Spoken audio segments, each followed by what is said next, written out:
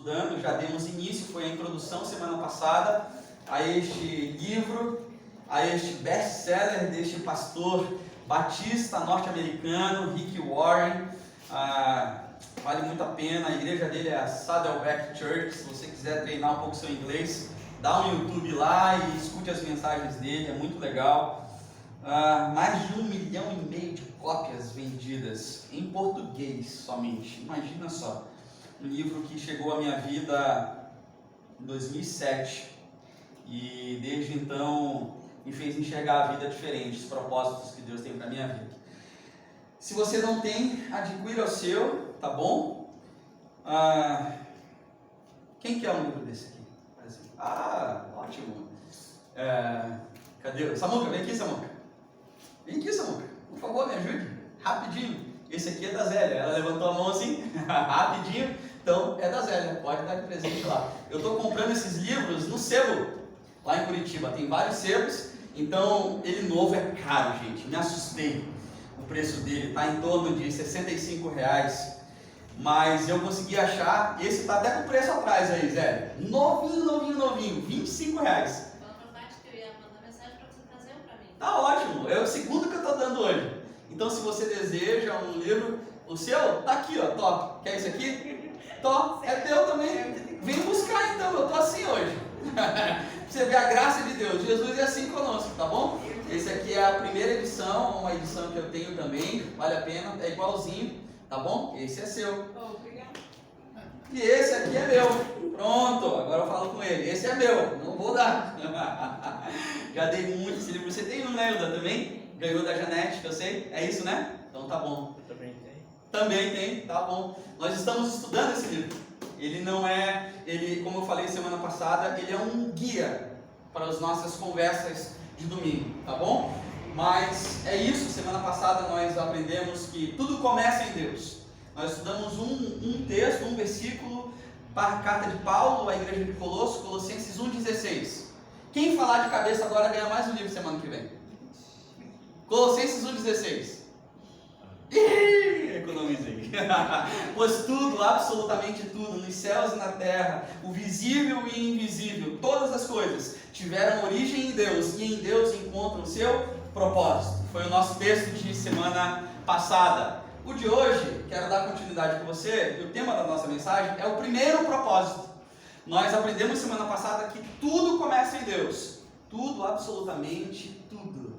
Todas as coisas, visíveis e invisíveis, aquilo que nós vemos e que não vemos, começam em Deus, tiveram origem em Deus, e em Deus encontram o seu propósito. Legal, Joel, eu entendi isso, bacana. Nós somos criados para louvar a Deus. Nós somos criados por Deus e fomos criados para louvá-lo. Foi o que nós aprendemos semana passada, porque a nossa origem está nele. E o propósito número 1, então, das nossas vidas está aqui diante de nós hoje. Nós fomos criados para adorar. Olha para a pessoa que está do seu lado e diz: você foi criado para adorar. Fala isso para ela. Você foi criado para adorar. Nós somos criados, criaturas de Deus, e o nosso propósito é adorar ao nosso Criador. Todas as coisas encontram sentido em Deus, no nosso Criador. Lembra? Se eu der um objeto para você e você nunca tivesse visto esse objeto, eu não dissesse para você como que se utilizava esse objeto não estaria cumprindo o propósito dele. Se você pegar o que você nunca viu na vida, você precisa ler o manual para saber como funciona. Assim somos nós diante de Deus, cada um de nós. E o nosso manual está aqui diante da gente, a Bíblia. Nós vamos aprender a ser gente, conhecendo a Bíblia, se apegando cada vez mais ao nosso Criador, Deus. Você foi criado para adorar, uma vida com propósitos. O texto que eu quero que você guarde no seu coração, esse é mais difícil. Se você conseguir decorar para a semana que vem, vale um livro. Olha os estímulos. Coloquei na nova tradução da linguagem de hoje, uma versão que eu não costumo usar, mas ela é muito clara, tá bom? Não é a NVI, a minha versão que eu uso com você, mas está ali o texto de hoje para você sublinhar, guardar no seu coração, decorar, ficar meditando nele hoje, amanhã e durante toda a semana. Meus irmãos, por causa da grande misericórdia divina, misericórdia de Deus, peço que vocês se ofereçam completamente a Deus como um sacrifício vivo, dedicado ao seu serviço e agradável a Ele. Essa é a verdadeira adoração que vocês devem oferecer a Deus. Você foi criado, você foi criada para adorar. Enquanto você não compreender isso na sua vida, a sua vida jamais vai fazer sentido. Você jamais voltará a se sentir uma pessoa completa enquanto você não entender que a sua origem está em Deus. Enquanto você buscar o sentido da sua vida em Deus. Deus te considera valioso demais e valiosa demais. E Ele deseja cumprir o propósito dele na sua vida. Você é filho e você é filha de Deus. Essa é a grande verdade que está diante de nós. E isso proporciona prazer a Deus. De todas as criaturas e de toda a criação, você é a que dá prazer a Deus. Já parou para imaginar isso?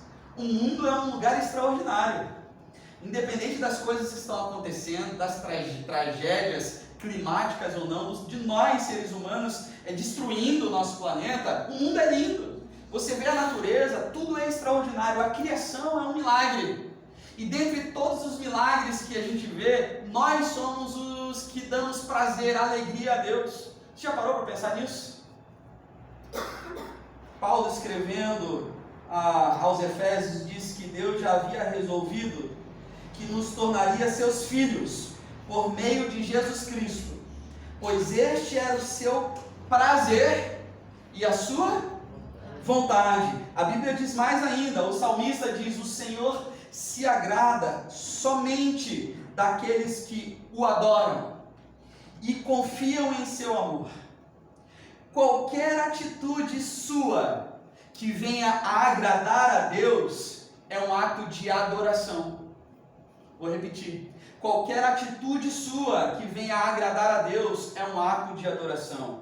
Os antropólogos, eles perceberam que a adoração, ela é um impulso universal criado e colocado por Deus em nós.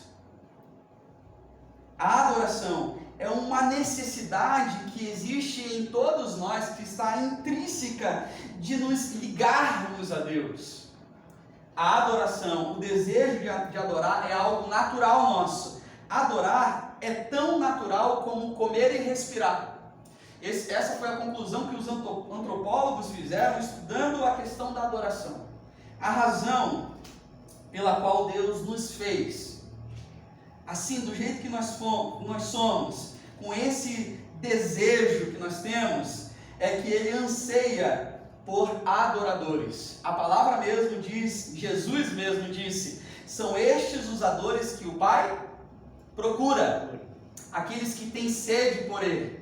São esses os adoradores que Deus procura. Dependendo da sua formação religiosa, pode ser que você precise ampliar o seu conceito e a sua compreensão do termo adoração. Você talvez imagine cultos como esse que você escolheu estar aqui hoje na igreja, em que haja cânticos como houve no nosso, e talvez imagine cultos em igrejas que não tenham tantos cânticos assim. Talvez isso passe na sua cabeça. Ou talvez você imagine um cerimonial, um ritual, uma liturgia com velas e ceia, como tivemos semana passada, sem as velas.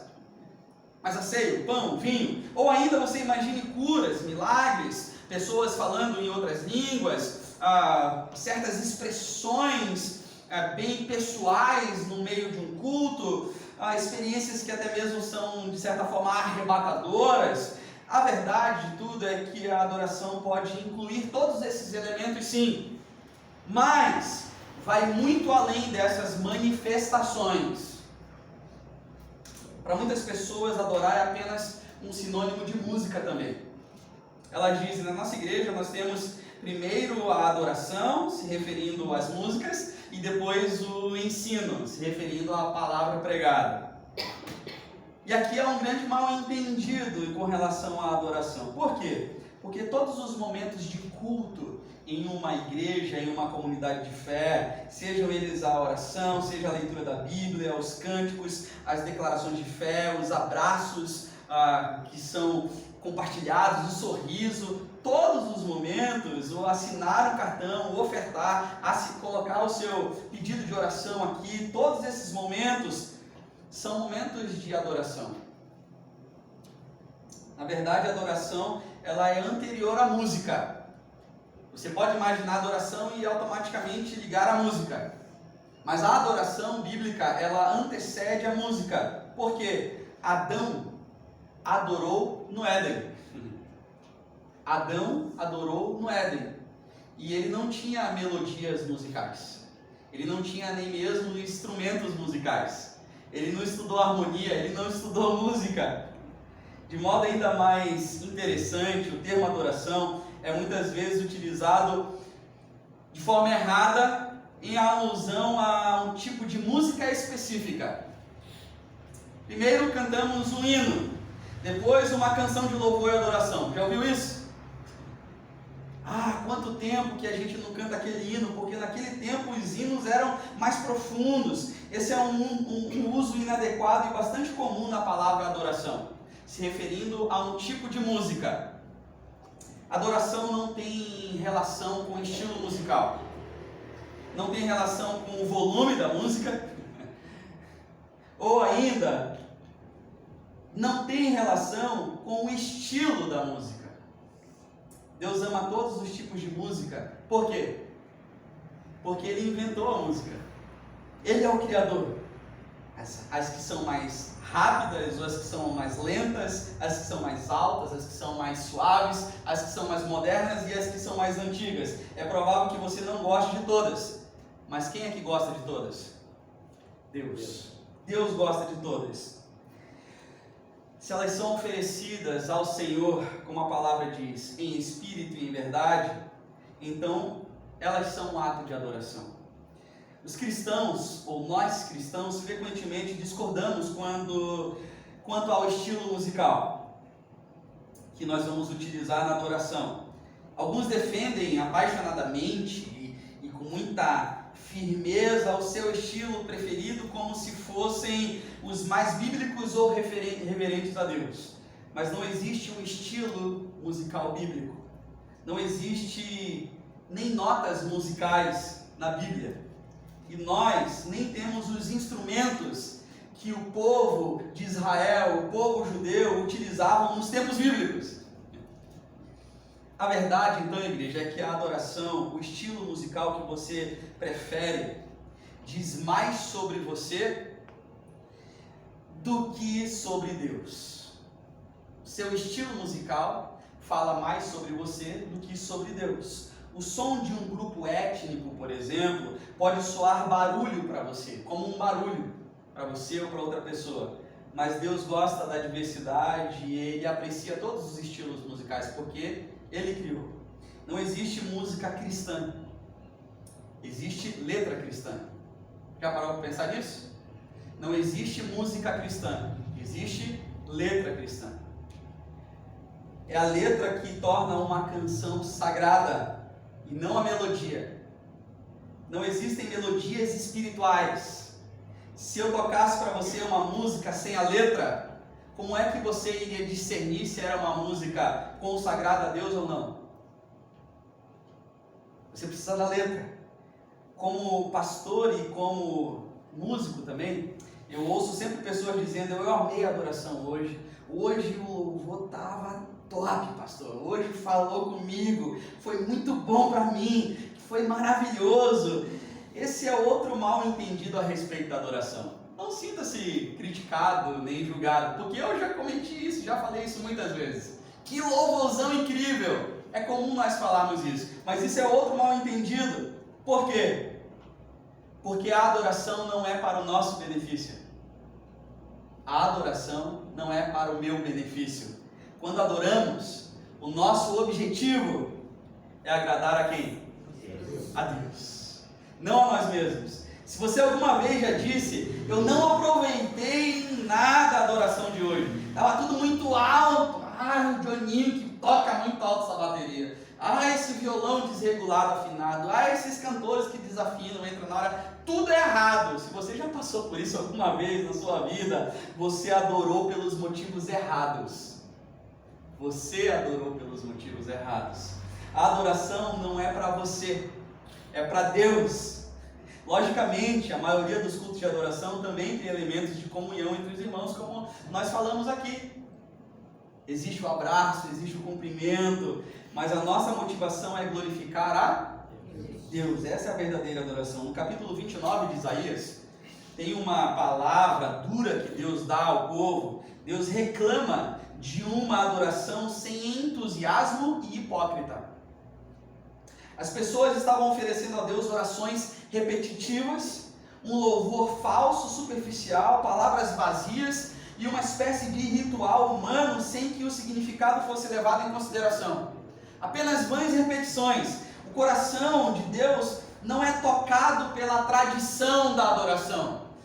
Porque aquele hino lá atrás, que eu cantava na minha infância em 1931, aquele tempo que era bom, porque aquelas músicas eram profundas. O coração de Deus não é tocado pela tradição na adoração, mas pela paixão, pela verdade, pela entrega. Veja o que a Bíblia diz. A Bíblia diz: esse povo, palavra de Deus ao povo que pensava que adorava a Deus, esse povo se aproxima de mim com a boca, só com a boca, com palavras, e me honra com os lábios, mas o seu coração está longe de mim.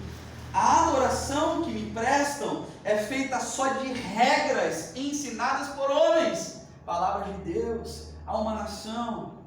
Mas afinal de contas, Joel, então como eu sei se eu estou vivendo esse propósito de Deus para a minha vida, que eu fui criado para adorar? Como eu sei? Veja, igreja, mais do que uma definição sobre adoração, eu quero deixar algo registrado para você. A verdadeira adoração acontece quando o espírito, parte imortal do homem, meu espírito, o seu espírito, se encontra e dialoga e conversa com Deus, que é um espírito imortal e invisível. A verdadeira adoração acontece quando você, o seu espírito, se encontra com o Espírito de Deus e conversa e dialoga. Você tem liberdade para se expressar, não porque os outros estão vendo ou fazendo igual, mas você tem essa liberdade. Então você pode sim adorar a Deus sentado, você pode sim adorar a Deus se você quiser, quieto no seu lugar. A adoração é sua. O que importa é o seu espírito se encontrar com Deus e você conversar com Ele, dialogar com Ele. Então o caminho da adoração, como que ele começa? 2 lições eu quero deixar com vocês apenas. O caminho da adoração começa com o seu estilo de vida. A adoração, ela não é parte da sua vida. A adoração verdadeira, ela é a sua vida. A adoração não é parte da sua vida. Você não adora somente aqui, neste momento, das 7h30 até as 9 horas da noite. Aqui nesse espaço. A adoração não depende de espaço, de hora marcada, de instrumentos, de músicas. A adoração depende apenas de Deus estar contigo. A adoração é a sua vida. Não é parte da sua vida. A adoração a Deus não se limita a hora, a cultos na igreja, porque nos foi dito o seguinte: salmista, procurem a ajuda do Senhor, estejam só domingo na sua presença? Só quando tiver culto? Não, estejam sempre na sua presença. E diz mais ainda: cantem glórias e louvem ao Senhor, desde quando? O nascer até o pôr do sol. Em todo momento. Na Bíblia as pessoas louvavam a Deus no trabalho, as pessoas louvavam a Deus em casa, louvavam a Deus nas batalhas, nas lutas, que o final seria a morte, sangue. Mas antes tinha a adoração. As pessoas louvavam até mesmo Deus na prisão, e os milagres aconteciam lá. Louvar deveria ser a sua primeira atividade, de acordo com, segundo o salmista, a sua primeira atividade assim que você abrisse os olhos pela manhã, e a sua última atividade ao fechá-los de noite. Davi também disse o seguinte, tá aqui, cadê eu agradei? Cadê meu salmo? Não coloquei. Não coloquei o salmo, vou ler para você. Salmo 34:1. Eu agradecerei ao Senhor o tempo todo. Minha boca sempre o louvará. Salmo 34:1. Cada atividade que você desenvolve, que você realiza, pode se transformar em um ato de adoração. Cada atividade que você realiza pode se transformar num ato de adoração quando você a faz para louvar, glorificar e agradar a Deus. Você entende isso também? Amém. A Bíblia diz o seguinte, agora sim, 1 Coríntios 10:31. Você quer ler junto comigo esse versículo em voz alta? Assim, quer vocês comam, bebam ou façam qualquer outra coisa, façam tudo para a glória de Deus. Martinho Lutero, ele disse o seguinte: uma ordenhadora pode tirar o leite das vacas para a glória de Deus. Amém, Ziga? Amém, Marlene? Que coisa bonita, né? Uma ordenhadora pode tirar os leites da vaca, o leite das vacas para a glória de Deus. Quer vocês comam, quer vocês bebam, ou façam qualquer outra coisa, façam tudo para a glória de Deus. Como é possível fazer tudo isso para a glória de Deus, então, Joel? Fazendo tudo como se você estivesse fazendo para Jesus. É assim que você adora constantemente.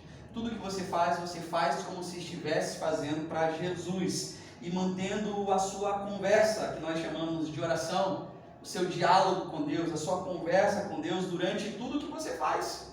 Vai batendo papo com Deus, vai conversando com Ele. A Bíblia diz o seguinte: tudo que fizerem, façam de todo o coração, como para o Senhor e não para os homens. Esse é o segredo de um estilo de vida em adoração, igreja. Fazer todas as coisas como se fosse para Jesus. Paulo, escrevendo à igreja de Roma, disse o seguinte, versão a mensagem da Bíblia: portanto, com a ajuda de Deus, quero que vocês façam o seguinte: entreguem a vida cotidiana, dormir, comer, trabalhar, passear, a Deus, como se fosse uma oferta. O trabalho, a sua atividade que você realiza todos os dias, se transforma em adoração quando você dedica a Deus. Quando você dedica a Deus. Primeira lição: você foi criado para adorar. O seu estilo de vida, o modo como você vive, deve refletir adoração a Deus. Segunda lição: nós adoramos quando nós nos rendemos. Entregue-se completamente a Deus para que Ele use vocês a fim de fazerem o que é direito. Paulo, a igreja de Roma, capítulo 6, versículo 13. Se de um lado nós fomos criados para adorar, e a nossa vida deve refletir adoração, o nosso estilo de vida deve refletir em adoração a Deus, a essência dessa adoração, dessa vida então, que adora, só pode ser a rendição. Rendição não é uma palavra popular, não é uma palavra até mesmo que nós gostamos. Ela alude à perda, e ninguém quer ser um perdedor. Rendição, ela evoca a desagradável ideia de admitir a derrota em uma batalha. A desagradável ideia de perder uma competição ou até mesmo ceder a um adversário. Isso é estar rendido. Você se rende por completo. A palavra é quase sempre utilizada em um contexto ruim, negativo. Na nossa atual cultura, na nossa atual sociedade, estilo de vida competitivo, que nos estimula a competitividade, que nos estimula a sermos melhores que o outro e estarmos derrotando o outro o tempo inteiro, essa é a nossa sociedade. Nós somos ensinados a nunca desistir, não é verdade? Não desista! Nós somos ensinados a jamais ceder, abrir mão. Logo, veja, se nós jamais desistimos, se nós jamais cedemos, nós não vamos ouvir falar muito sobre rendição. Não é verdade? Por quê? Qual é o problema? O problema é que nessa sociedade que diz para você que vencer é tudo na vida, render-se é uma ideia inconcebível para você e para mim. Se nós vivemos numa sociedade que diz que você precisa vencer a qualquer custo, a ideia de render-se é inconcebível. Nós preferimos contar sobre os nossos fracassos ou sobre as nossas vitórias? Sobre as nossas vitórias. É lógico. Nós gostamos de falar sobre os nossos sucessos. Nós gostamos de falar sobre os nossos triunfos, as nossas conquistas, ao invés de falar do nosso momento difícil, do nosso momento de insubmissão, de desobediência, ou do momento que nós deveríamos ser submissos, da adversidade. A questão é que render-se a Deus é a essência da adoração. A rendição é o conteúdo principal da adoração, principal e vital. A rendição é uma resposta nossa, natural e maravilhosa ao grande amor e misericórdia e graça de Deus. Nós nos rendemos a esse Deus. Após passar 11 capítulos do livro de Romanos explicando a respeito da incrível e maravilhosa graça de Deus para com as nossas vidas, o apóstolo Paulo, ele nos adverte a rendermos as nossas vidas completamente a Deus em adoração. E ele diz o seguinte: meus irmãos, por causa da grande misericórdia de Deus, peço que vocês se ofereçam completamente a Deus como um sacrifício vivo, dedicado ao seu serviço e agradável a Ele. Essa é a verdadeira adoração que vocês devem oferecer a Deus. A verdadeira adoração, agradar a Deus, acontece quando você entrega completamente, totalmente a Deus. Agora repare algo interessante, que a primeira e última palavra desse versículo, dessa recomendação de Paulo, são a mesma: oferecer. Ofereçam. Começa lá. Por causa da grande misericórdia divina, peço o quê? Que vocês ofereçam, entreguem, rendam-se, ofereçam completamente a Deus. Essa é a verdadeira adoração que vocês devem oferecer, entregar, consagrar. A adoração consiste exatamente nisso, então: oferecer-se a Deus. O ato de rendição pessoal, de entrega, ele é conhecido de muitas formas. Nós podemos fazer o que nós fizemos aqui, consagramos a vida das crianças a Deus. Nós podemos fazer o que nós fizemos aqui, consagramos os nossos bens a Deus, os nossos pedidos de oração e agradecimentos. Nós podemos fazer de Jesus nosso Senhor e nosso Salvador. Isso é um ato de entrega, de rendição a Ele. Nós podemos carregar a cruz, nós podemos caminhar a segunda milha, nós podemos morrer para nós mesmos, nós podemos buscar constantemente uma vida submissa ao Espírito Santo de Deus. Isso são atos de rendição a Deus. O que interessa não é o que você faz, é que você faça. É que você renda-se, entregue-se, e não a forma como você chama esse ato, seja como você deseja chamar. Deus quer a sua vida por completa, toda. Não é 99,5%, é 100%. Você entende isso? Isso é render-se, entregar-se. Existem 3 barreiras que impedem a nossa total rendição: o medo, o orgulho. Você tem medo de entregar, e você é orgulhoso demais para se submeter, você é orgulhoso demais para pedir perdão. Nós somos orgulhosos demais, nós somos orgulhosos, e a falta de compreensão de algo. Quando você não compreende algo por completo, você não se entrega por completo, não é verdade? Isso são 3 barreiras. Por isso nós não percebemos muitas vezes o quanto Deus nos ama.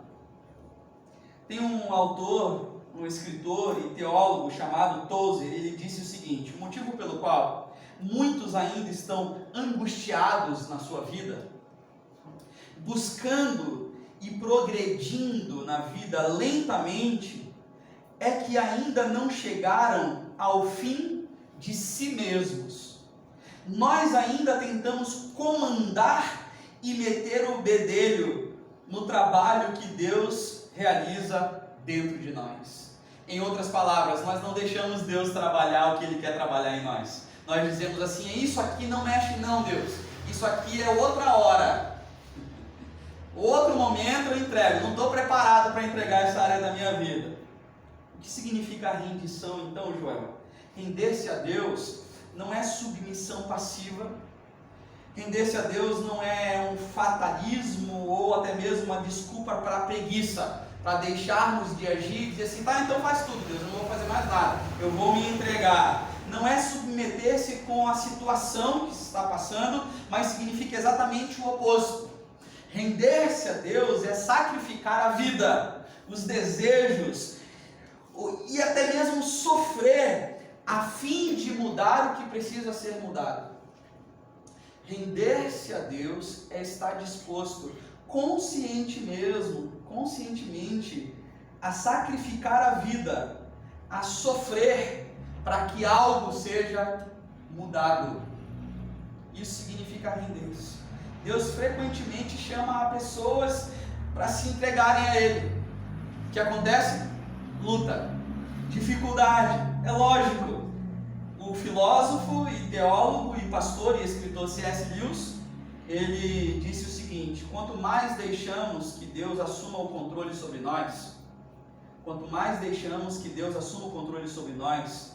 mais autênticos nos tornamos, pois Ele quem nos fez. Ele inventou todas as diferentes pessoas que eu e você tensionávamos ser. É quando me viro para Cristo e me rendo à sua pessoa que pela primeira vez começo a ter a minha própria e real personalidade. C.S. Lewis escreveu isso no livro Cristianismo Puro e Simples. A rendição, então, igreja, se manifesta mais claramente na nossa obediência completa, desprendida a Deus. É assim que nós nos rendemos. Você diz assim: eu entrego sim, Deus. Sim, Senhor, a tudo que você me pedir, eu quero dizer que sim. Eu concordo. É tudo que estás falando, Deus, então sim, Senhor. Por quê? Se você diz não, Senhor, seria uma contradição da sua vida de adoração. Se você diz não, Senhor, essa área não, isso não, Senhor, eu não vou fazer, é uma contradição. Você não pode chamar Jesus de Senhor e dizer não para o seu Senhor. Não é verdade? Se Ele é Senhor, é uma contradição você dizer não, Senhor, isso não. Isso eu não faço, isso eu não vou obedecer, para esse lugar eu não vou. Veja, após uma noite de fracasso na pescaria, os discípulos, e especificamente Pedro, foi um exemplo de rendição, quando Jesus lhe mandou tentar novamente jogar as redes e pescar, depois de uma noite inteira, o experiente pescador, Pedro, e aí ele diz o seguinte: mestre, nós nos esforçamos a noite toda, a noite inteira, e não pegamos nada, mas porque és tu quem está dizendo isso, vou lançar as redes. Pessoas que se entregam a Cristo, que obedecem à palavra de Deus, mesmo que ela não faça sentido, são pessoas que estão rendidas. Ou seja, são pessoas que adoram a Deus. São os verdadeiros adoradores. Outro aspecto da rendição é a total confiança. Nós precisamos confiar. E um exemplo disso é Abraão. Ele seguiu as orientações de Deus sem saber para onde Deus o levaria. Você lembra de Ana? Ela esperou o momento perfeito estipulado por Deus sem saber quando esse momento iria acontecer. Ana esperou. Muitos esperaram um milagre sem saber como seria possível acontecer esse milagre. José confiou nos propósitos de Deus sem saber por que as circunstâncias aconteciam daquela forma. Mas ele entregou, se rendeu. Cada uma dessas pessoas se rendeu completamente a Deus. Você sabe que se rendeu a Deus quando depende dele para resolver todas as coisas na sua vida. Você sabe que está rendido a Deus quando você depende dele em todas as áreas da sua vida. A Bíblia diz o seguinte, vamos ler em voz alta? Leia junto comigo, por favor. Entregue-se ao Senhor e espere pacientemente por Ele. Em vez de você tentar ficar insistindo com a situação, em vez de você continuar sendo teimoso, teimosa, confie mais. Renda-se. Renda-se. O mais importante e maior exemplo de autorrendição, quem é? Jesus Cristo. Na noite anterior à sua crucificação, Jesus fez o quê? Se rendeu à vontade do Pai. Se rendeu por completo. E ele, olha que oração linda. Ele orou o seguinte: Pai, Deus, meu Pai, tudo te é possível. Uma oração que sabe que Deus poderia mudar, que o Pai poderia mudar aquela circunstância. Tudo te é possível. Afasta de mim esse cálice. Ó, ele abrindo, rasgando o coração diante de Deus, dizendo: tá difícil, Deus, eu não quero passar por isso. Eu não quero a cruz. É o que Jesus está dizendo. Tira de mim a cruz. Mas, contudo, não seja o que eu quero, mas sim o que tu queres. Jesus não orou: se você puder retirar essa dor, faça isso, por favor. Jesus não orou: não aguento mais, tira isso de mim. Ele já tinha afirmado que Deus podia fazer qualquer coisa. Olha só como ele começa orando: tudo te é possível, eu sei. Ele já havia afirmado isso. Em vez disso, ele orou: Deus, se for do teu interesse afastar esse sofrimento, então afasta-o. Mas, se o contrário, que é eu continuar sofrendo e ter que enfrentar a cruz, essa dificuldade, passando por essa situação desconfortável, se esse é o teu propósito, cumpre-o também na minha vida. Esse também vai ser o meu desejo. Aquele que verdadeiramente se rendeu a Deus, Jesus Cristo diz: Pai, se este problema, se essa dor, se essa doença, se essa circunstância, se tudo isso é necessário para que teu nome seja glorificado, amém. Eu me rendo a essa vontade. Render-se é um ato de adoração. Você foi criado para adorar. Eis aí o nosso primeiro propósito de vida. Você adora a Deus com o seu estilo de vida e você adora a Deus rendendo-se a Ele. A Bíblia é clara e muito clara a respeito de como você é abençoado e se beneficia quando se rende completamente a Deus. Olha só o que a Bíblia diz: que você pode sentir paz quando você se rende a Deus. Jó 22, 21. Pare de disputar com Deus. Foi a versão que eu coloquei para você. Pare de disputar com Deus. Concordando com Ele, você ao menos terá paz. E as coisas irão bem para você. Quando você se rende a Deus por completo, o benefício que você tem na vida é paz. É uma bênção render-se por completo a Deus. Mas tem outra bênção. Olha só o que Paulo escreveu à igreja de Roma: ofereça-se aos caminhos de Deus, e a liberdade jamais o abandonará. Seus ensinos o libertam para viver abertamente em sua liberdade. Hoje fala-se muito com relação à perda de liberdade, liberdade religiosa, liberdade de expressão, ou o ganho de liberdade em outras áreas que não deveriam ter liberdade. Mas quando nós nos rendemos a Deus, entendemos que Ele é Senhor sobre todas as coisas, nós não temos que ter medo, nós temos paz e nós podemos desfrutar da liberdade que nós temos em Cristo Jesus. Foi para a liberdade que Cristo nos libertou. É isso que Paulo escreve aos Gálatas. Nós somos livres em Cristo Jesus. Mas há um outro benefício também. Você experimenta o poder de Deus na sua vida. Quando Josué se aproximou da maior batalha da sua vida, ele também se deparou com um Deus muito grandioso.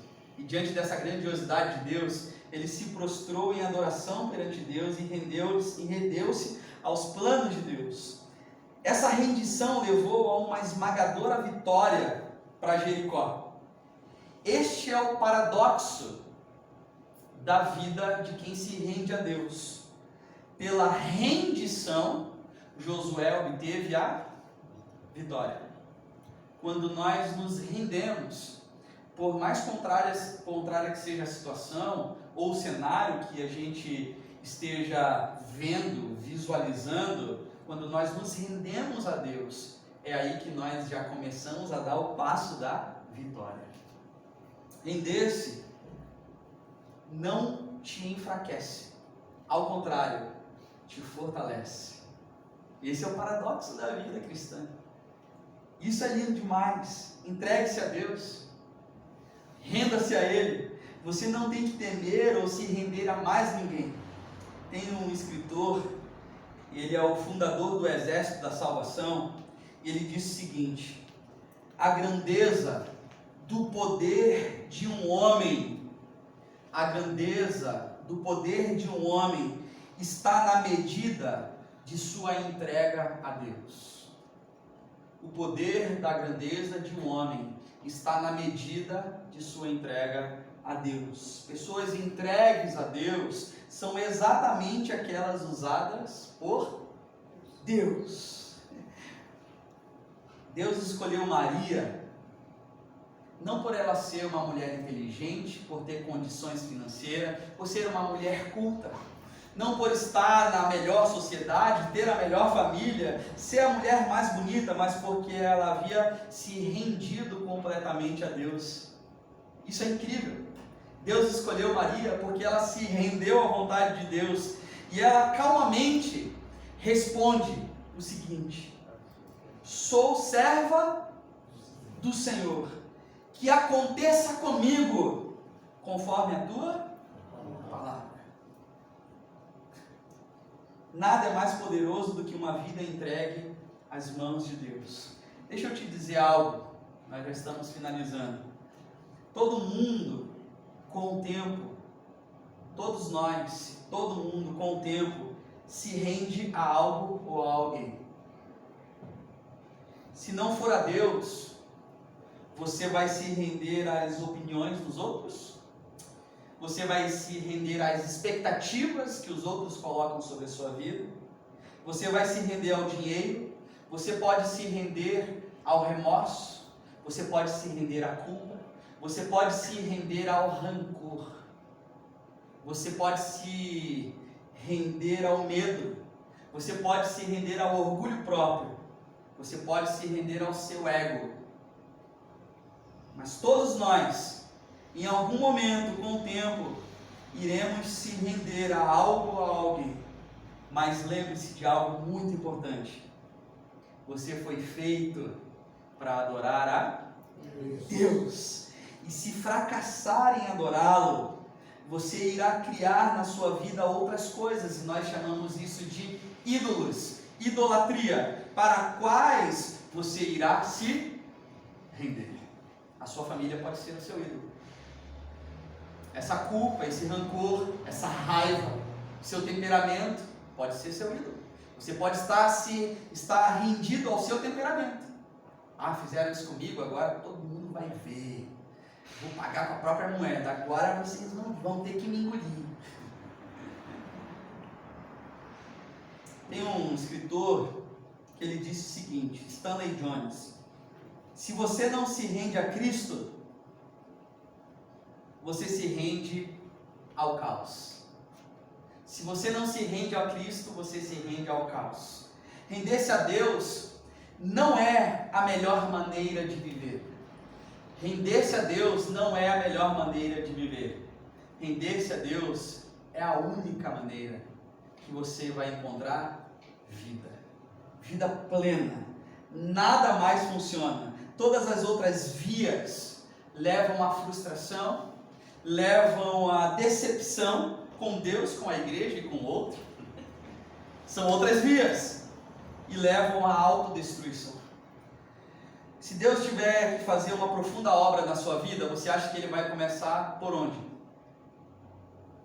Se Deus quiser fazer uma grande obra na sua vida, você acha que Ele vai começar por onde? Por você mesmo. Ele não vai começar pela vida da pessoa que te fez mal. Ele não vai começar pela vida da pessoa que você não gosta. Ele vai começar por você mesmo. Então, o que eu tenho para dizer para você é: entregue, renda-se.